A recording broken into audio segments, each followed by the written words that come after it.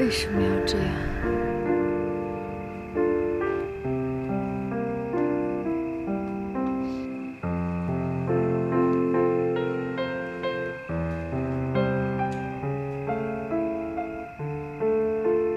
你知道你离开我身边以后，我是怎么度过的吗？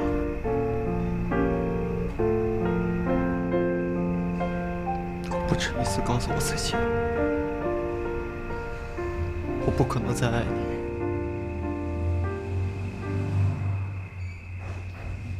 可是我做不到。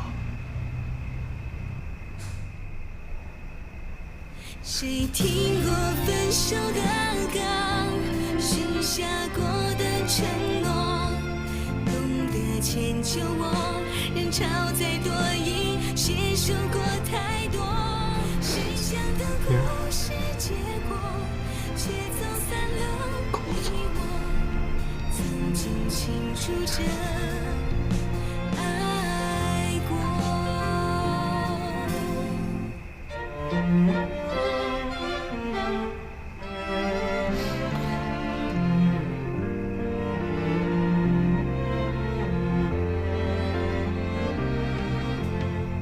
放开我！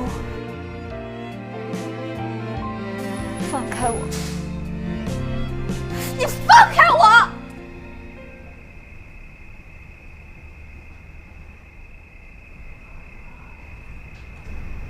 你为什么还要回来？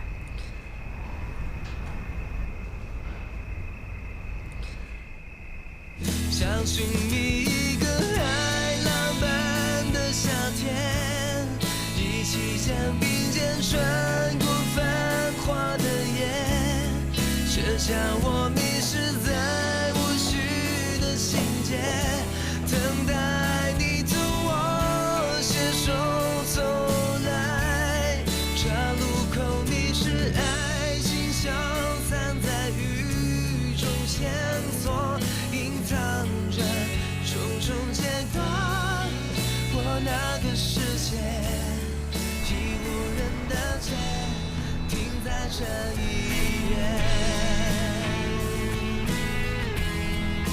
我为什么要回来？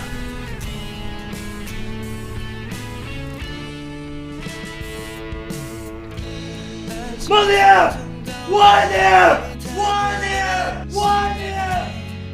我试着淘汰所有的依赖，带着爱的无奈走开，承认感情已经漂白，想寻觅一个海浪般的夏天，一起肩并肩穿过繁华的夜，剩下我迷失在无序的情节。儿子一晚上又没回来，昨晚是最后一场演出，今天又要走，和哥几个还不得喝一场啊？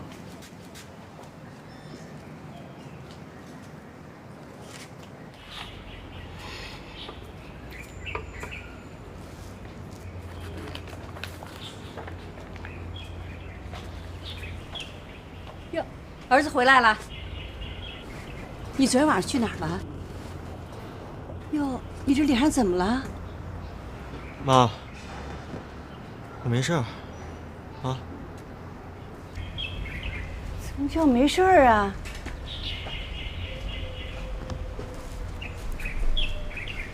老头子，我怎么看他脸上有被打的感觉呀？不会吧？他不是化妆演出吗？没卸妆，喝酒去了。你呀，行了，我去买早点去啊。好，你收拾收拾。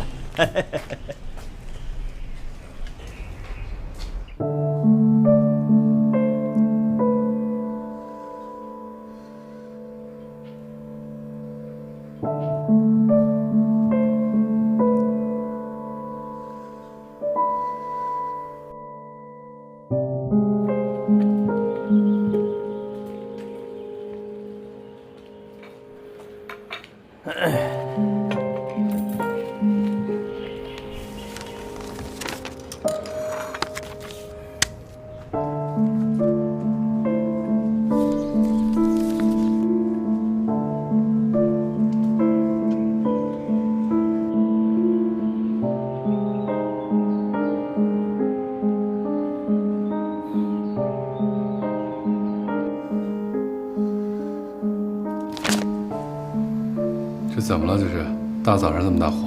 你看看，你看看吧。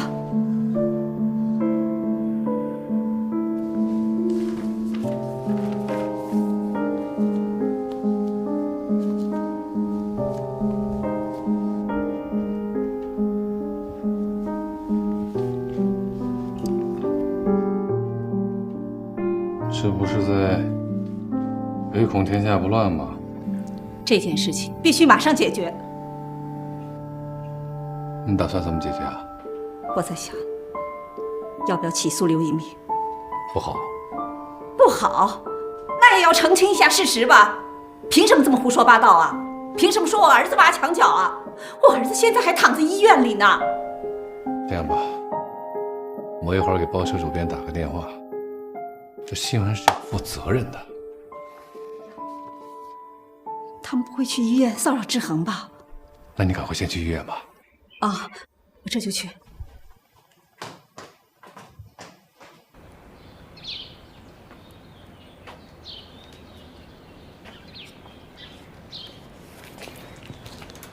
儿子，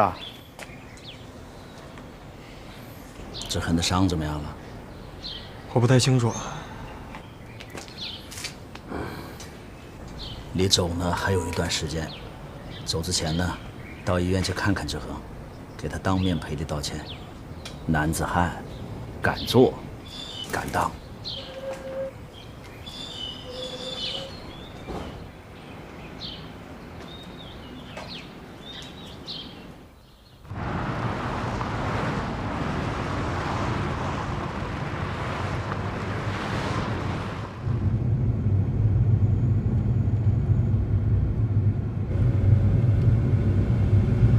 江，那个北京挺冷的吧？我们带的衣服够不够啊？没关系，现在是夏天，北京也很热。冬天呢？冬天挺冷的吧？那总得买一些衣服吧？啊，对，冬天是挺冷的，到时候得多买点些衣服。多买些衣服啊！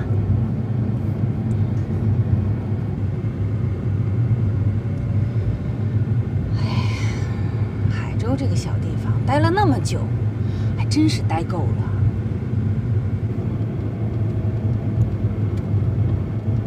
多注意休息，就可以恢复了啊！啊，王医生，莫总你来了，没什么吧？没什么问题，好好休息几天就可以恢复了啊。那我们就不用住院观察了。是的，我们到厦门办出院手续吧。好。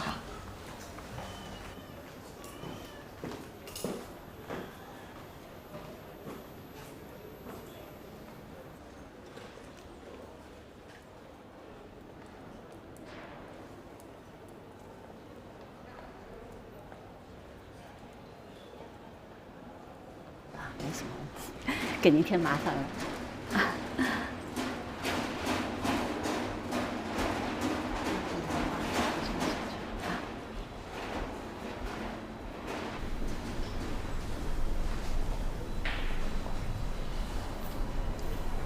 阿姨，一鸣，我都不知道该说些什么好，怎么会弄成这样？你说你和之恒……对不起，阿姨，今天我过来是跟您道歉的。不管怎么样，在那样的场合，我比之恒大，我应该更冷静一些。你和之恒是从小一块长大的好朋友，我和你叔叔都把你当自己的孩子。我对不起您跟叔叔，希望您可以原谅我。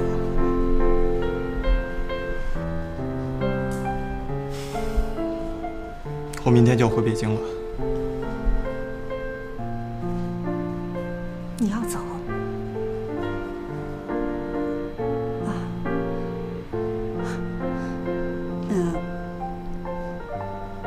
阿姨，姨祝你一切顺利。阿姨，我可能有一阵子都回不来了，您和叔叔一定要保重身体。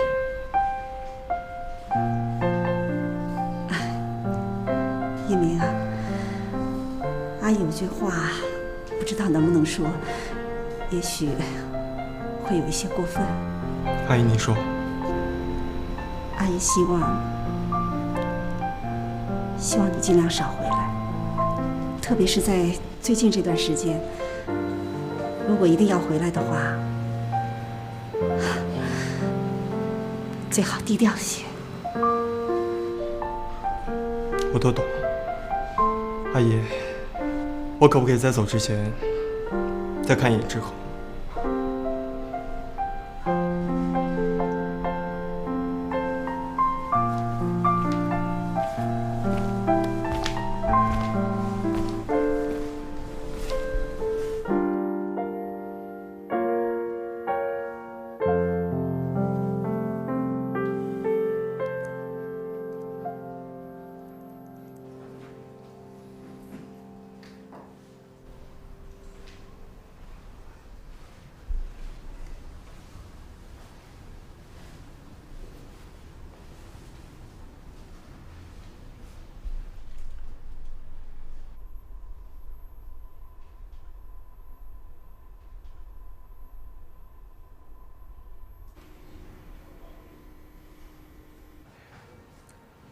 我今天来是和你道歉的。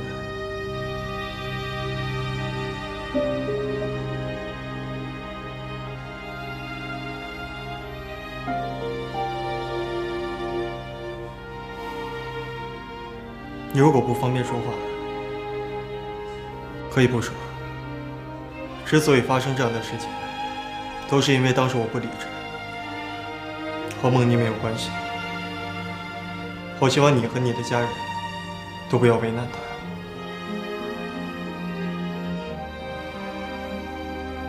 我会离开这里，从此以后不会打扰你们的生活。离开这个地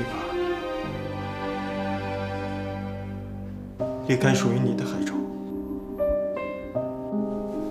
站住！什么叫我的海州？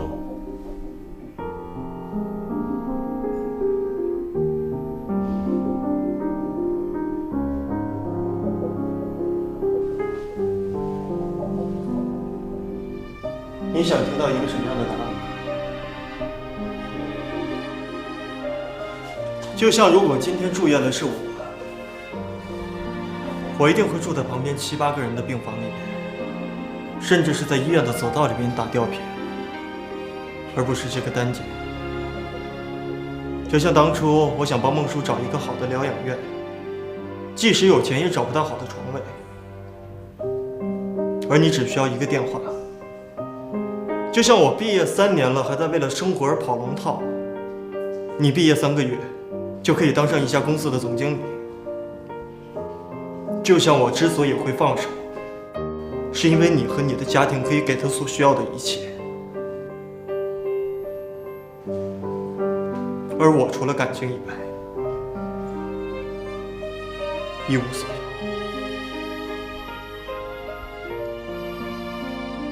但是张志和，我一点都不记得，因为我心里面一直有一个小小的声音在告诉我，我不服气。如果有一天你可以离开海州去试试，完全靠你自己去试试。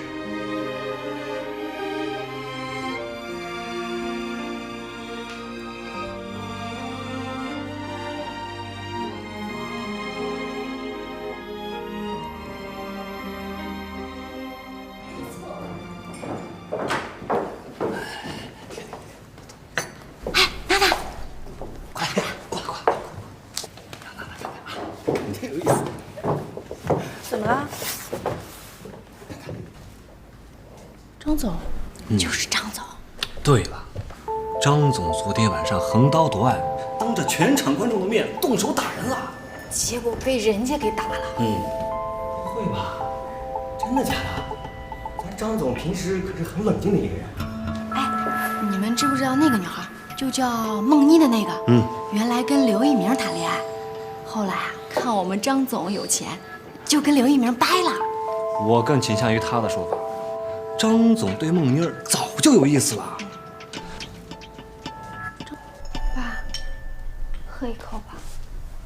哦。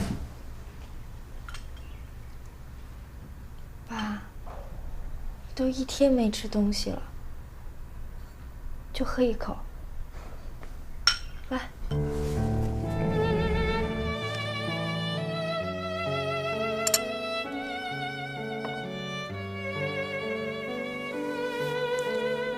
爸，不是好好的吗？怎么突然拉肚子了呢？得赶快好起来，好起来我可以到处带你转转。我现在有的是时间。志恒也不理我了。我走，你要走？我不走，爸，我就在这儿陪着你，我哪儿都不去。要不，咱们回家，就咱们2个人。好，回家，就咱们2个。还有你妈，还有你爸。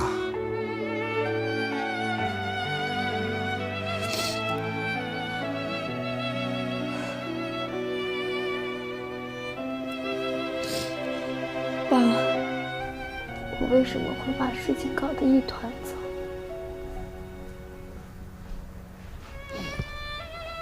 本来志恒和一鸣原来那么好的朋友。现在却因为我变成这样，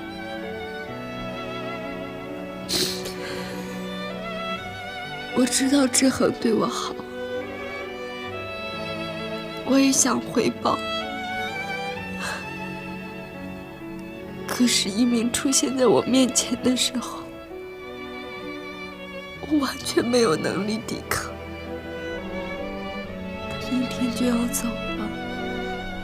多想不顾一切的跟他一起走，可是爸爸怎么办？躺在床上的志恒怎么办？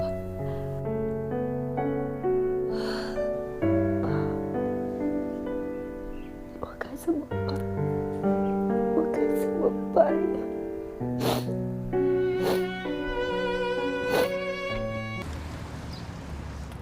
我始终觉得你转变那场戏非常不合理。多场？37场，太快了。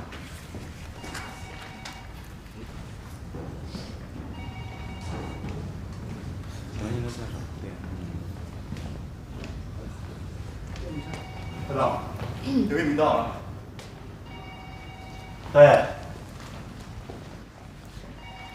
我是刘一鸣。坐吧。哟，明哥，小刘，还认识我呀？喝到等你可等急了啊！你今天要不拿点真本事，我脸上可挂不住啊。好了，阿明，我们就开始吧。啊，小刘，哎，这个画的这个部分呢是你的台词，你准备一下。好。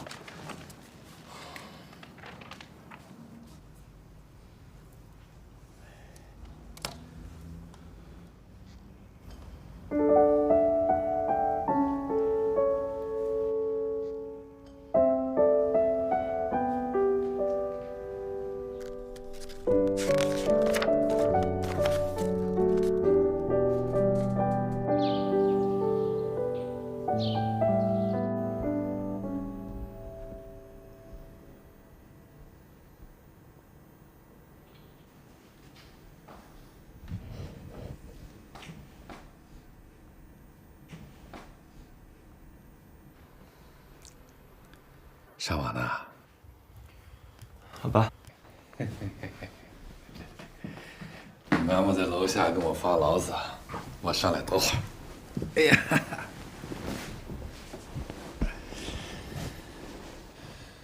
有的时候我一直在想，你们这一代人呐，没意思，生活太平淡，人生的道路又太狭窄。也许这是一个好的年代，可是造就不出完美的人生啊。我们这一代人经历过最艰苦，也是最有激情的年代，也懂得真正的人生应该是什么样子。所以，我现在总结出了一个道理：你不懂，这不能怪你，因为你没有时间去体验。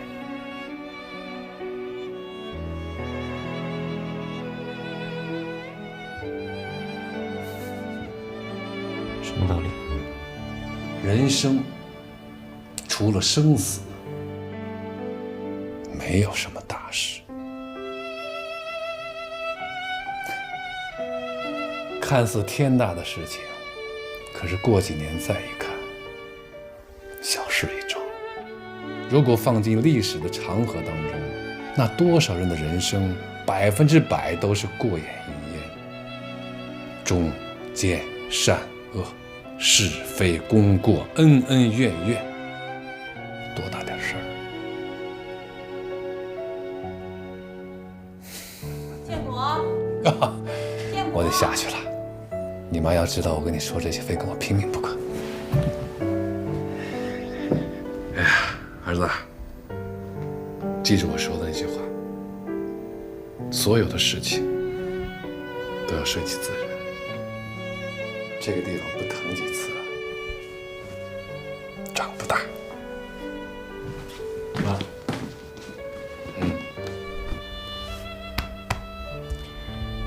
谢谢你。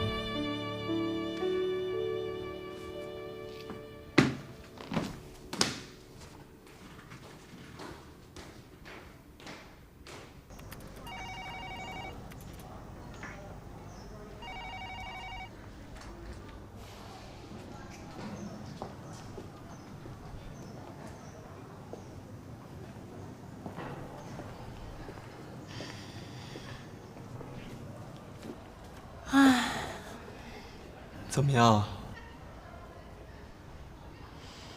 上去吧。哎，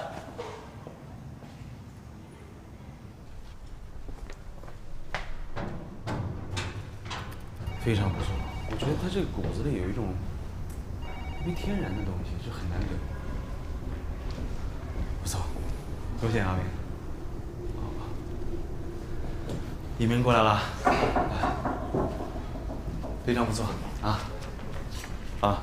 这是一份演员聘用合同，你先看一下，如果没有什么问题的话，今天就签了吧。因为你是个新人，所以呢，酬金方面不会很高。不过有一点我可以肯定，这个价钱在圈子里是非常合理的。对。我没其他意思，就是这一次能跟明哥，还有陈老师他们一起拍戏，我太兴奋了。行了，回去好好准备。如果拍摄顺利的话，欢迎加入何家班。傻小子，还不赶快谢谢何导？谢谢导演。行了，你先回去吧啊。哎，阿明，这场戏啊，这个加一个人物。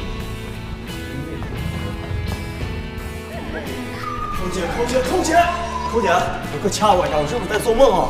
我能抽你一下吗？可以啊，抽啊！真的，不是你真抽啊？不是你让我抽的吗？多好的机会啊！我马上就要和明哥还有陈老师这些一线顶级大腕合作了。对，就是你刘一鸣。演好了就能进何家班。没错。进何家班。对，我终于可以进何家。叫什么呀？真那么高兴啊？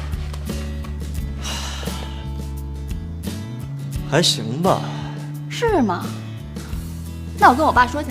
哎，那我就再告诉你一个消息，过几年呢，我爸就要退休了，所以整个何家班就应该由我来接管，还高兴吗？高兴啊！真的假的呀？真的，我替你高兴了。说实在话，这2年你真的帮了我不少。如果有一天我刘一鸣真的可以帮到你，哥们儿，我在所不辞。表决心啊！先请我吃饭吧。行啊。我要吃干锅牛蛙。去了海州这2个月睡不着喽。去哪儿？海州，你老家。快点，门口等你。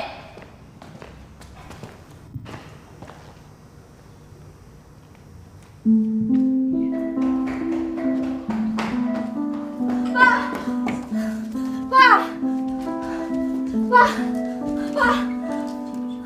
大夫，我爸他怎么了？你爸爸现在出现心衰肺衰，我建议你马上给他转院，毕竟咱这是疗养院，设备有限。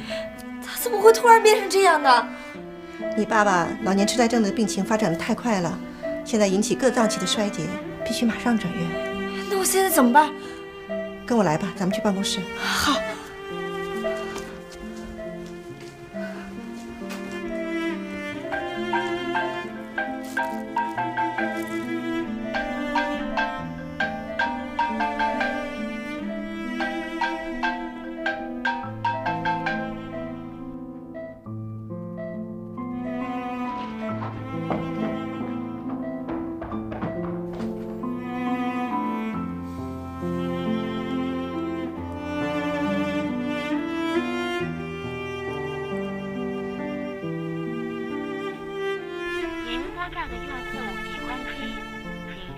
再拨。Sorry, mobile dial is hung up. Please try later.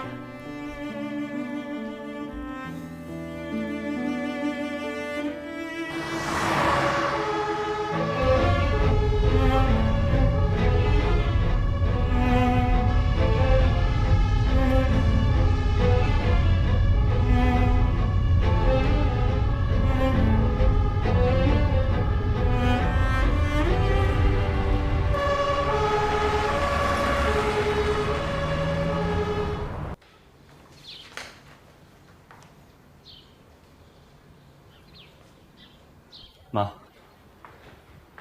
今天没出去啊？啊，我就在家里批批文件。怎么，你要出去啊？我想去看看孟妮。孟妮都已经表明态度了，你这样做还有意义吗？她这2天一直关机，我有点担心。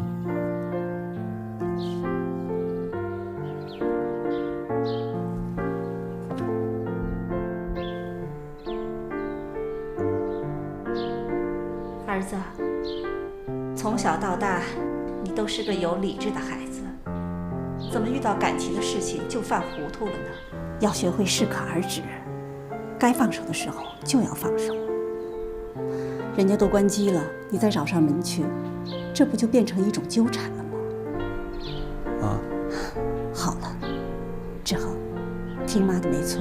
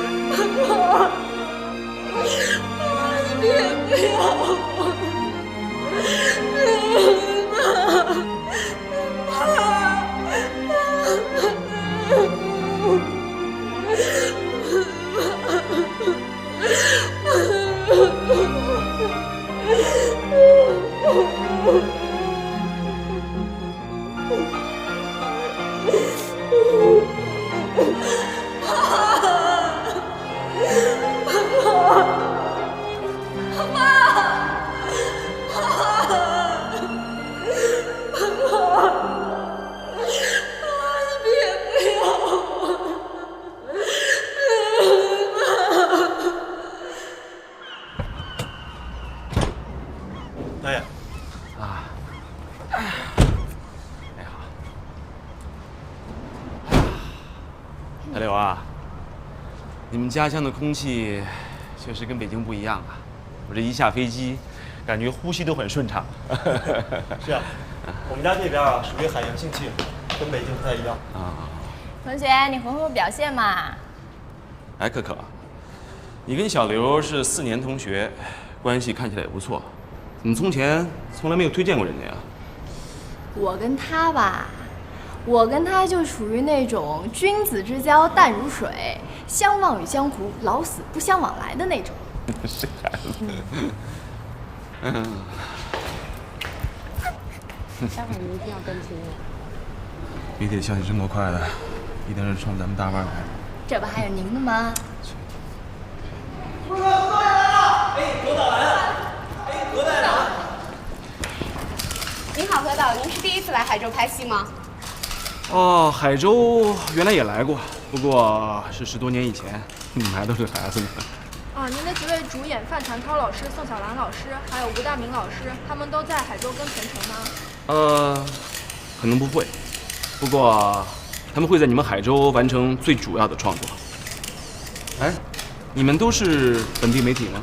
嗯，是的，何导，我们都是海州电视台的记者。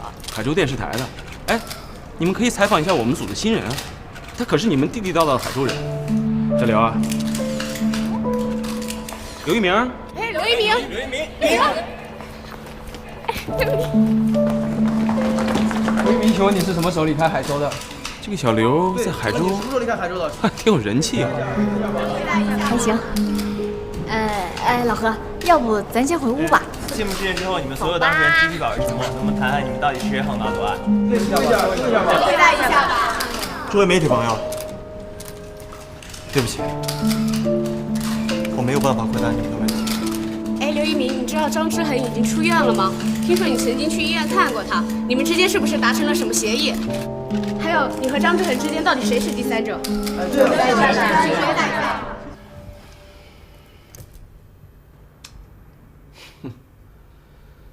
你说你这个同学刘一鸣还真是个风云人物啊！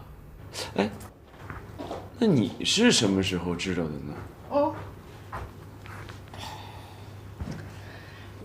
我吧，也才刚刚知道，就在机场的时候他才跟我说的。可他跟我签约的时候可是一个字儿都没提。他那会儿禁锢着激动了，哪还知道别的呀？就你能给你的同学大马虎眼？真的，您还不相信我吗？相信你，反正我知道啊，你是最善于巧妙过滤信息的。还行。老何，你看嘛，我是你亲闺女，我能帮着别人吗？你不管你帮谁，你说现在该怎么办？怎么办？还不多怨您？本来我已经跟他说好了，让他到了海州之后低调低调再低调，看到媒体啊一定躲得远远的，不许乱说话，不许乱动。结果可好，您一到这儿就给他来个隆重推出。好了，现在所有人都知道他回海州了。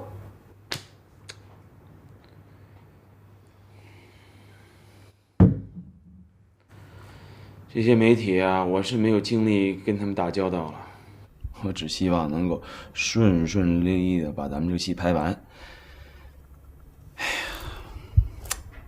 也是刘一鸣这小子没福气。本来我是看是你的同学，想推他一把。哎呀，真不知道他现在怎么样了。谁知道啊？只有让他自己自求多福吧。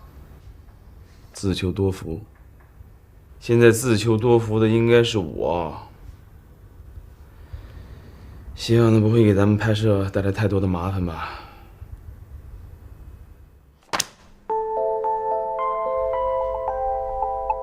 阿姨希望你尽量少回来。我都懂。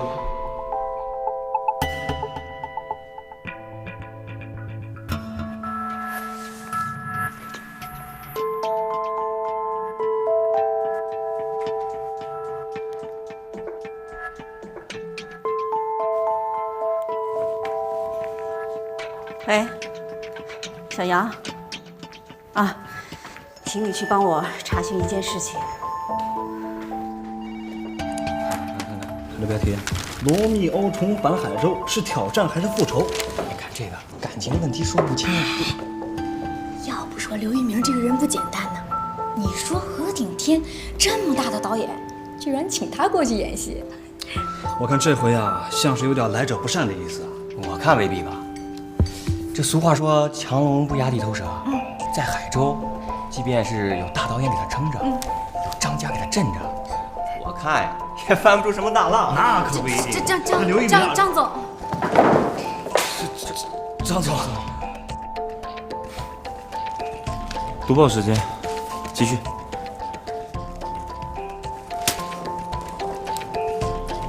张总，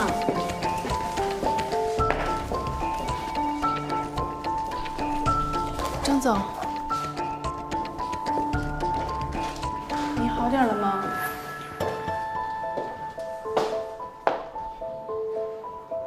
川娜，谢谢你。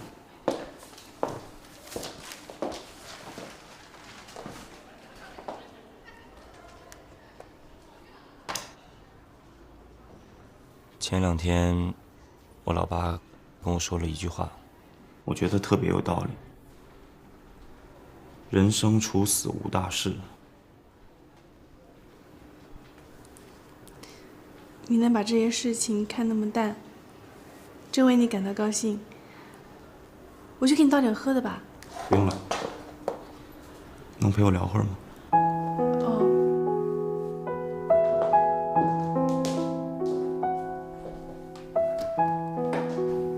公司的员工好像很好奇。你不要听他们说的，他们那是闲的，等说过了就不会再提了。其实您可以说话。说什么？事实啊。我自己都不知道，到底什么是事实。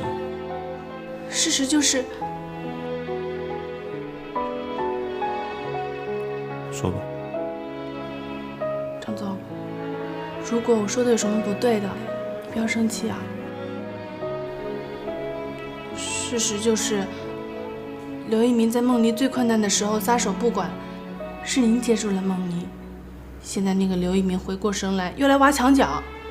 最过分的还是那个梦妮，明明有一个浪漫的男朋友了，又想要一个深情贴心的，他怎么可以这么贪心呢？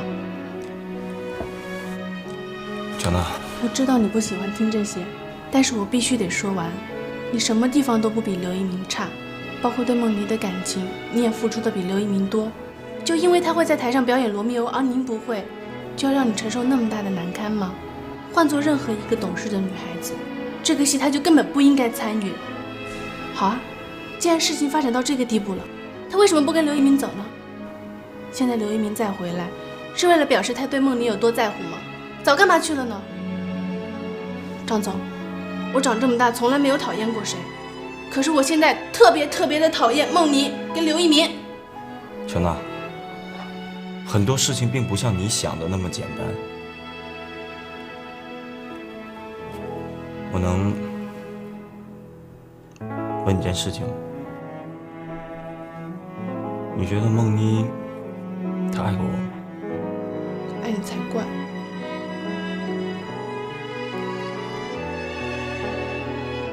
对不起。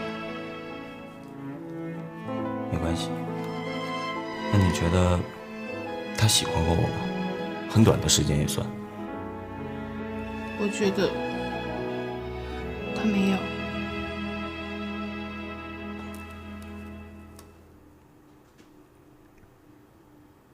那我在他眼里算什么呢？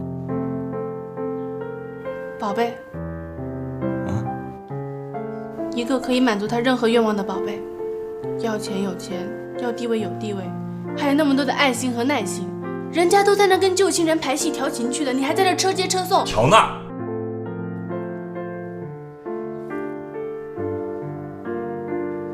你去忙吧。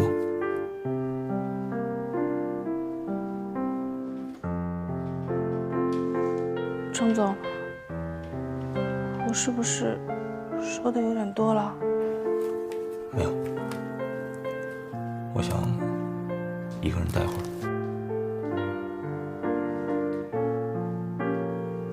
对不起。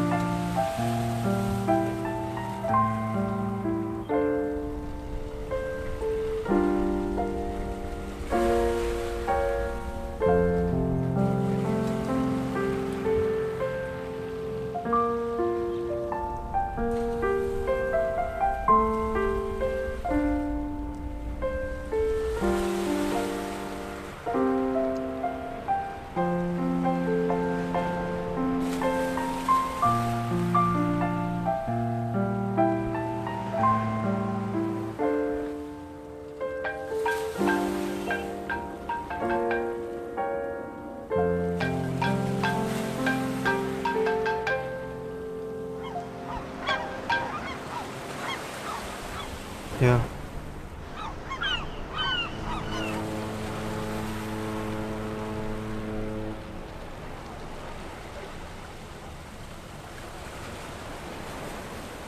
是你吗？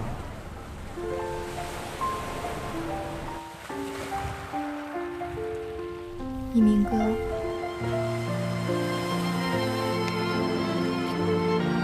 我给你打电话，为什么一直关机啊？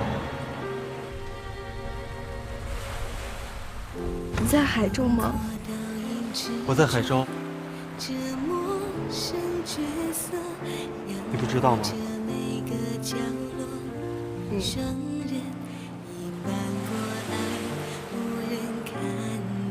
你不知道就好，我不想打扰到你的生活。红叔怎么样了？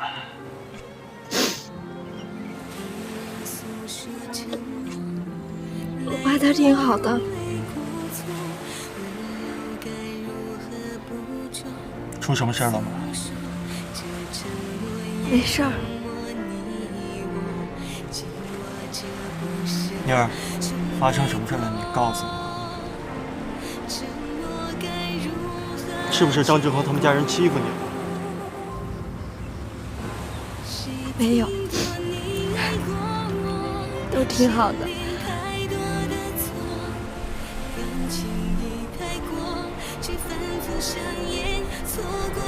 那就好。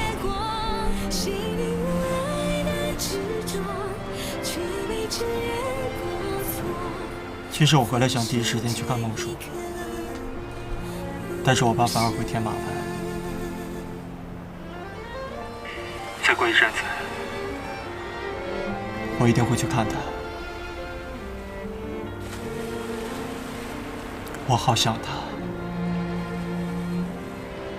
那我先挂了。等一下，别再让我找不到你。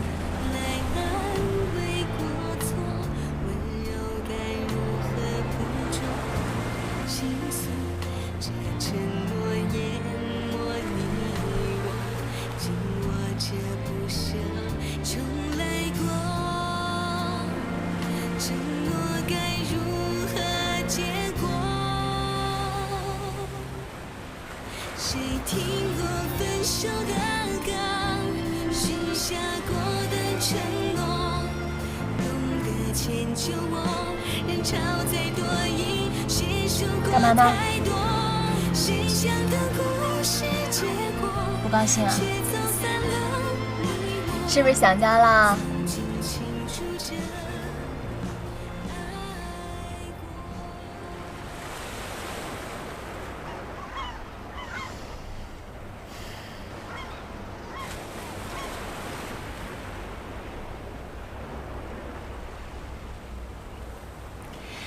哎，你们海州的记者挺专业的，对想要采访的人几乎是了如指掌。哎，跟你说话呢。海州呢，就这么大个地儿。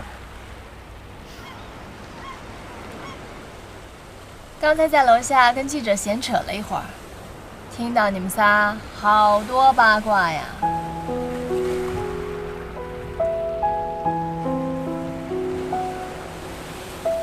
你还真够闲啊！要不是跟你有关，我才懒得搭理呢。你说你现在跟莫妮什么关系呀？到底是破镜重圆了呢，还是擦身而过？张真恒又算什么？我再跟你说最后一次了，别再跟我提这事儿，再说的话就不是兄弟了。够狠！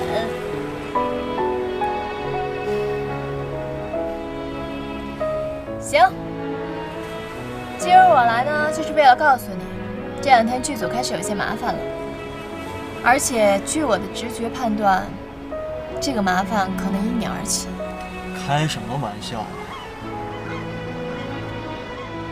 我在剧组里面大门不出二门不迈，这个剧组里面我除了你就认识何导，跟我有什么关系啊？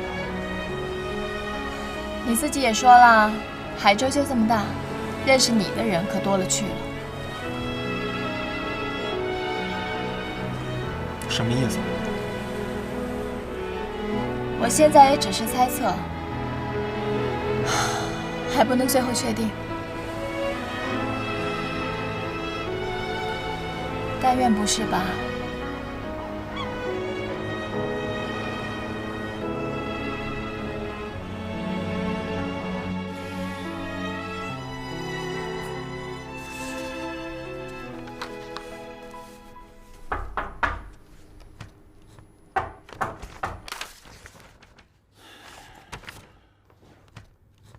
何导，您看看这些衣服，按说都是厂家提供给咱们的，但现在来的样衣不是肥了就是瘦了，不是长了就是短了，这让演员怎么穿啊？你是让我帮你改衣服呀？啊，衣服不合适你找人换去，你找我干嘛呀？说了好几天了，这都没换回来呀。你找制片人去。那先走了，导。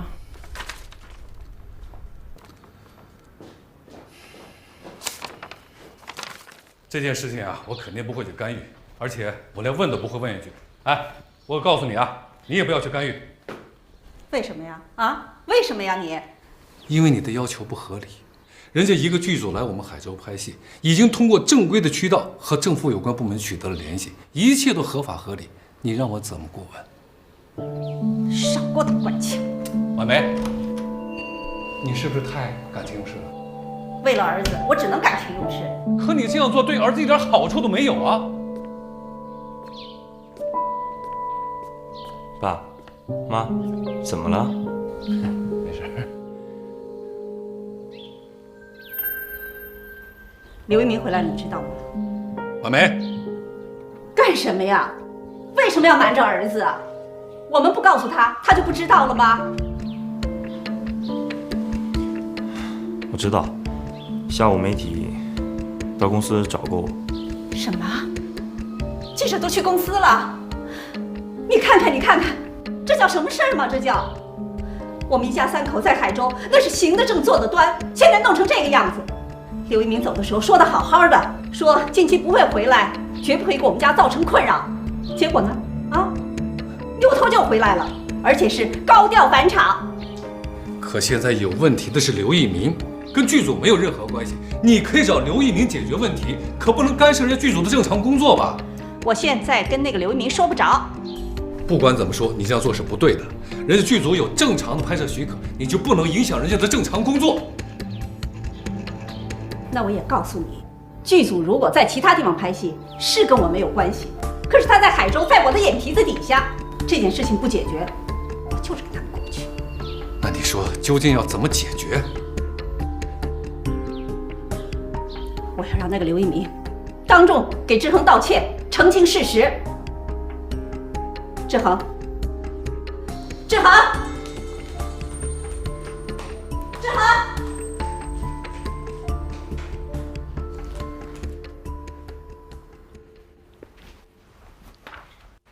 一鸣，哎，今天计划有变，怎么了？他们说网上拍的地方没电。嗨，咱组不是有发电车吗？发电车也不能发一个楼的电呢。你先忙着，我走了啊。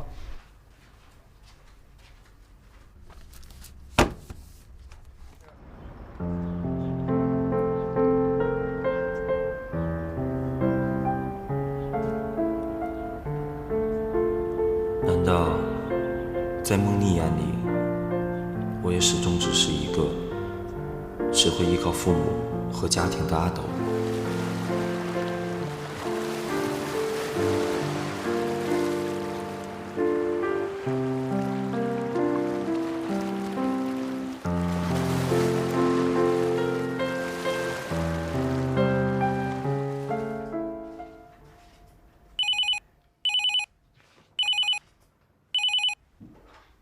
喂，哪位啊？喂，您好，我找一下何导演。啊，你等一下，老何，外联直编。喂，怎么样？喂，何导演，我想跟您说一下，今天咱们这景拍不了了。我知道了，改拍室内，拍那个大宅子。大宅子也拍不了了。为什么呀？人家自己家的亲戚要用那块地儿结婚呢。怎么又出现个结婚了？不都定金都付了吗？人家说定金可以退给咱们，但是就是不想让咱们用那块地儿。当初你们是跟人家是怎么谈的呀？何导演，您别着急，我去了解一下情况，然后通知您，好吗？哎，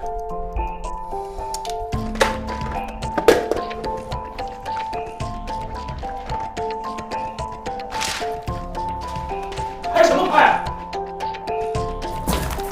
拍什么拍？订机票去，回北京。我跟他们谈谈。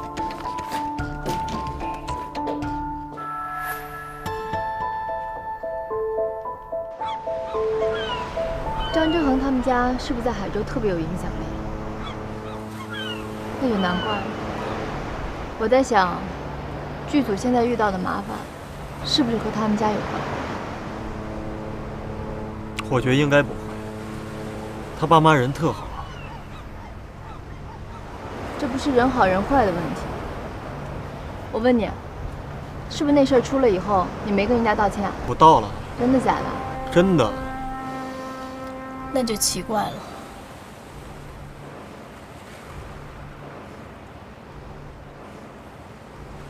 可可，这事儿你有什么想法？我现在就是没什么想法。我只知道，我们组现在像一条搁浅的大鱼，一定要想办法尽快把它解救出来。要不，你再去跟张家人谈一谈。你想啊，要这事儿真的是冲你来的，到时候我爸和制片人迟早会知道，我们就被动了。行不行啊？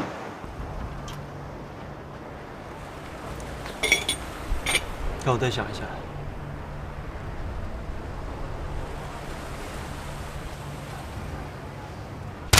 这是前几天的报纸，这应该是剧组被困的真正原因。据我所知，张家在当地不仅非常有声誉，更重要的是，还非常的有人缘。你说这都什么破事儿？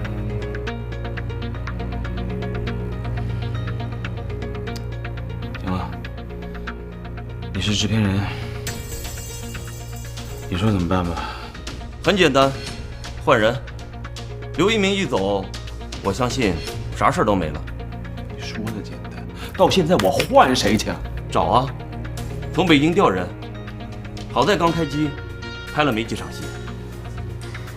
那个，不好意思啊，我插一句嘴，我觉得现在只是我们单方面的猜测，万一不是因为刘一鸣，岂不是白折腾了？现在这种时候，我们宁可错杀，剧组在这待一天就多一天的费用，咱们赔不起啊。其实我有一个主意，既然大家都觉得这件事情是因为刘一鸣而起，那么我们就让他自己去解决，至少也应该给他一个机会说清楚。如果还不行的话，我们再把他开了也不晚。第一，这需要几天时间，谁也不知道；第二，人家刘一鸣肯不肯呢？没试过怎么知道？我去跟他说。你可以去跟他说。不过今天必须给我一个回答，否则的话，我就从北京调人。老何，调人容易，要是想调合适的人可就难了。要知道刘一鸣是从这么多人当中，合适不合适我认了，我要对剧组负责，我要对投资人负责，你知道不知道？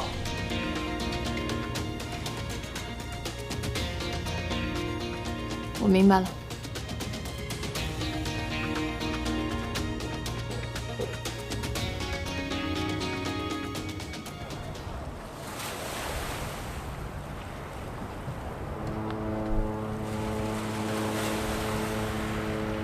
既然是这样，我退出，我不演了。你什么意思啊你？又想当逃兵了是吧？你要逃到什么时候啊？永远都是这样，无路可走的时候，你就只会跳悬崖是吗？你就没有想过要迎着对手杀回去吗？我问你话呢。我小的时候曾经想过，我可不可以将海浪挡回去？但是我试过，我发现就算我拍死了，我也挡不回去。我让你去拍海浪了吗？我让你去冲浪，冲浪的时候你是快乐的，海浪也是快乐的。我告诉你何可可，我跟你不一样，我们是完全不同的两种类型的人。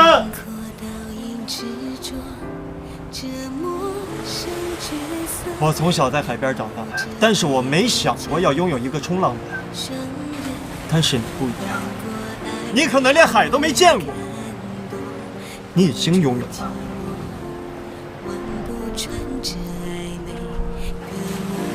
行，我明白了。你要走是吧？请走，请便，带着你的自爱自怜走得远远的。我知道你说这些话的时候心里是怎么想的。你觉得我跟张之恒是一样的，我们只是生来比你要优越罢了。我告诉你，刘一鸣，我一直都很佩服你，我佩服你够独立、够坚强。但是我现在明白了，你只不过是一只纸老虎，遇到问题就只会躲避。你这样跟那个在父母怀抱里的张之恒有什么区别？